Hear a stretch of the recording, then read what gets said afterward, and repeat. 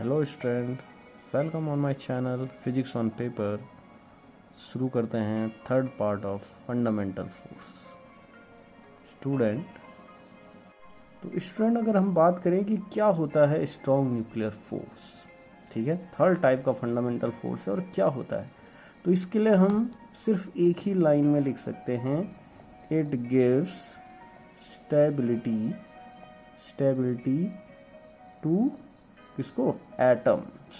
बस एक लाइन में आपने इसको याद रखना है, it gives stability to atom.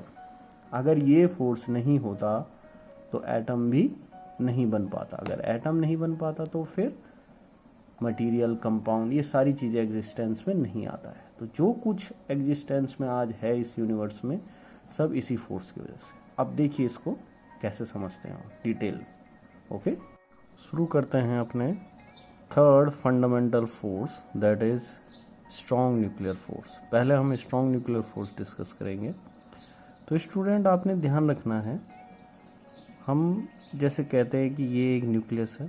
अगर मैं इसको न्यूक्लियस ले लूँ, इसके अंदर प्रोटॉन होंगे और न्यूट्रॉन होगा, और इसके आउटर मोस्ट ऑर्बिट में हमें पता है क्या होंगे, इलेक्ट्रॉन होंगे आउटर ऑर्बिट। जैसे ये पहली ऑर्बिट है, फिर अगली ऑर्बिट में इलेक्ट्रॉन्स होंगे, इस तरीके से रिवॉल्व करेंगे अराउंड न्यूक्लियस।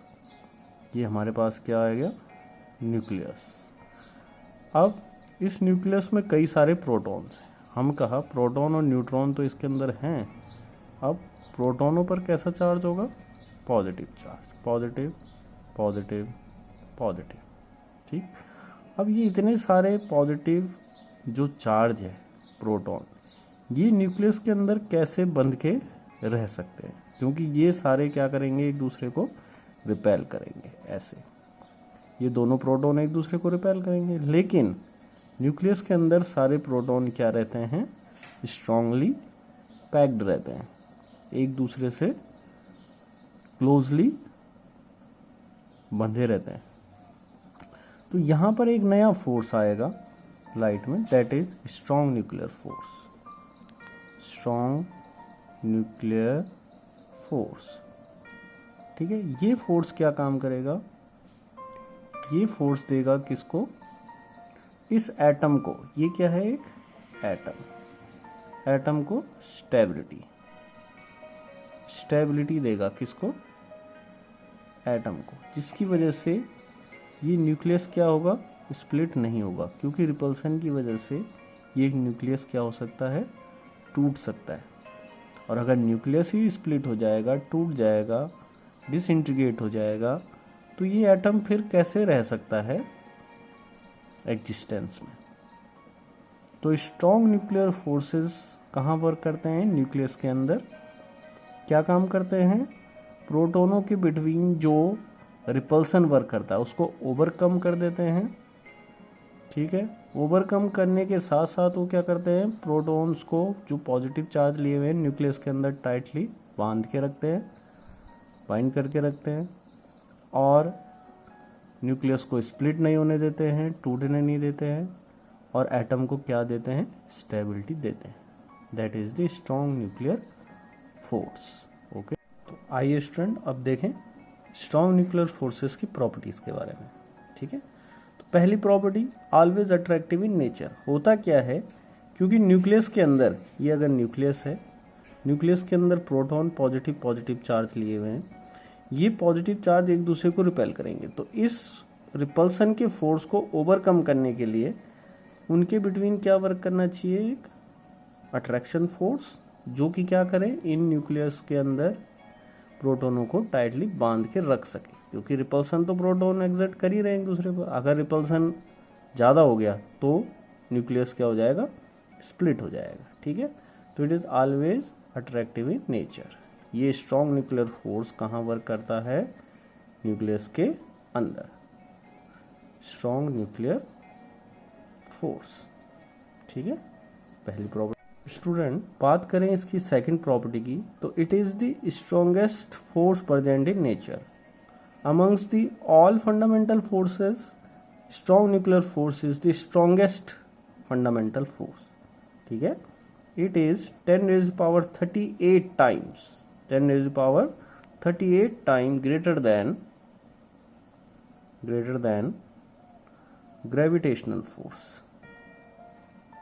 ग्रेविटेशनल फोर्स से कंपेयर करा हुआ है हमने, ठीक है। तो ग्रेविटेशनल फोर्स अगर सबसे वीकेस्ट फोर्स है तो उसके कंपेयर में ये कितना टाइम है उसके 10⁻38 टाइम्स। ओके स्टूडेंट, डिस्कस करें इसकी third property. It is a very short range of force, ठीक है।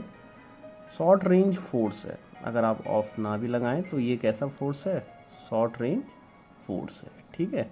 तो अब जरा इसमें ध्यान देना, होता क्या है कि जो न्यूक्लियस है, अगर हम इसको कह रहे हैं कि ये न्यूक्लियस है, तो इस न्यूक्लियस की जो रेंज होगी, जो इसकी डायमीटर होगी, वो होती है 10⁻⁻15 metre, that is equal to 1 fermi, ठीक है।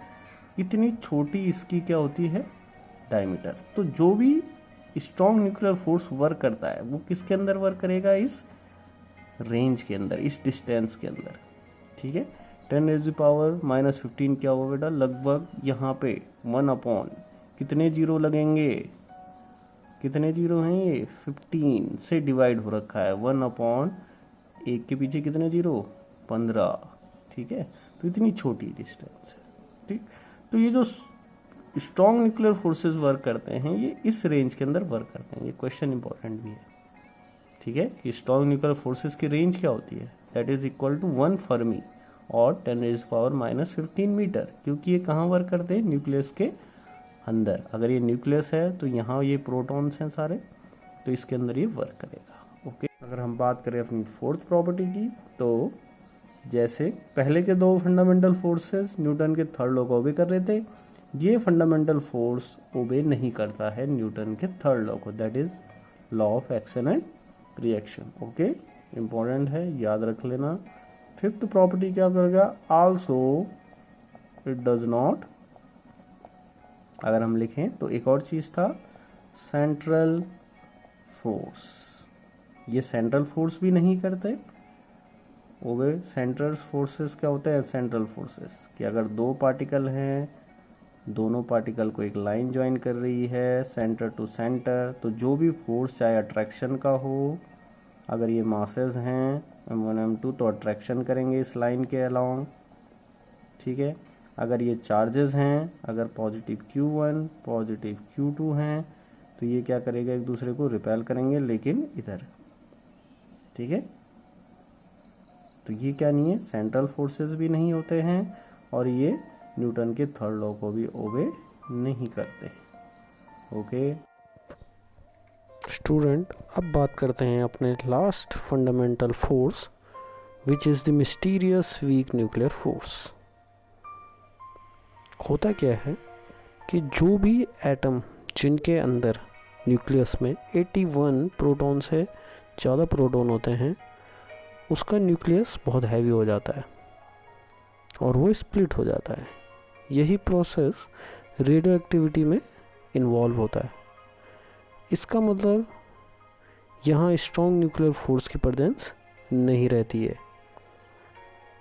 पहले यह सोचा जाता था कि एटम स्टेबल होता है, बट जब यह पता चला कि एक एटम दूसरे एटम में भी चेंज हो जाता है, तो इस फोर्स का कंसेप्ट सामने आया।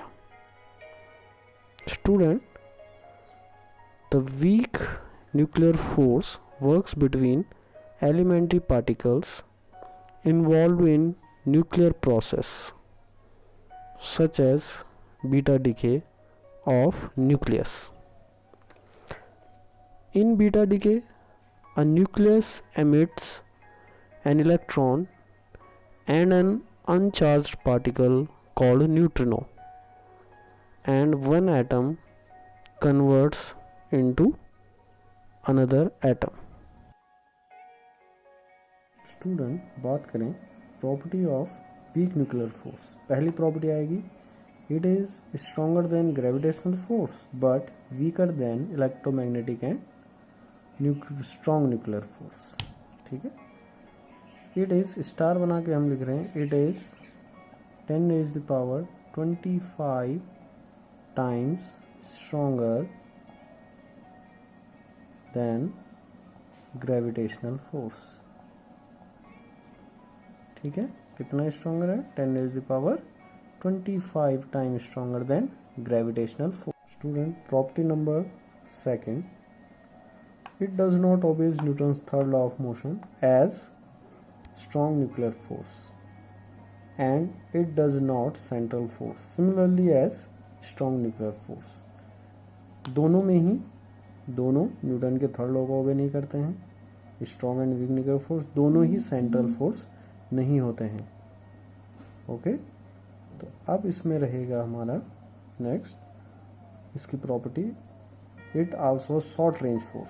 स्ट्रॉन्ग न्यूक्लियर फोर्स की तरह ही ये भी कैसा फोर्स है, एक शॉर्ट रेंज फोर्स, न्यूक्लियस के अंदर वर्क करता है एलिमेंट्री पार्टिकल्स के between. Okay, that is property number 2, that is 3 and that is 4। Okay student, आप ध्यान दीजिए, messenger particles for gravitational forces. कुछ मैसेंजर पार्टिकल्स होते हैं जो फंडामेंटल फोर्सेस के होने के, एग्जिस्टेंस के रीज़न बनते हैं। ठीक है, सबसे पहले अगर हम देखें ग्रेविटेशनल फोर्स, तो इसमें आपको याद रखना है ग्रेविटॉन। ठीक है, ग्रेविटॉन्स होते हैं दो बॉडीज़ के बिटवीन मैसेंजर पार्टिकल्स। ठीक है, फील्ड पार्टिकल्स बोलते हैं उनके लिए। इलेक्ट्रोमैग्नेटिक फोर्स सेकेंड, इसका जो मैसेंजर पार्टिकल्स होते हैं दैट इज फोटॉन्स, जो बिटवीन होते हैं दो चार्ज पार्टिकल्स के। स्ट्रॉन्ग न्यूक्लियर फोर्स में आते हैं मैसेंजर पार्टिकल पाई, मेसॉन्स, ठीक है, एंड वीक न्यूक्लियर फोर्स में आते हैं बोसॉन्स। जेड बोसॉन है, डब्लू बोसॉन, जेड बोसॉन और डब्लू दोनों, जेड एंड डब्लू बोसॉन। ठीक है, ये हैं मैसेंजर पार्टिकल्स, याद रखना आप, एनसीईआरटी में इनको बताया गया है, तो आप इनको ऐसे याद रखें।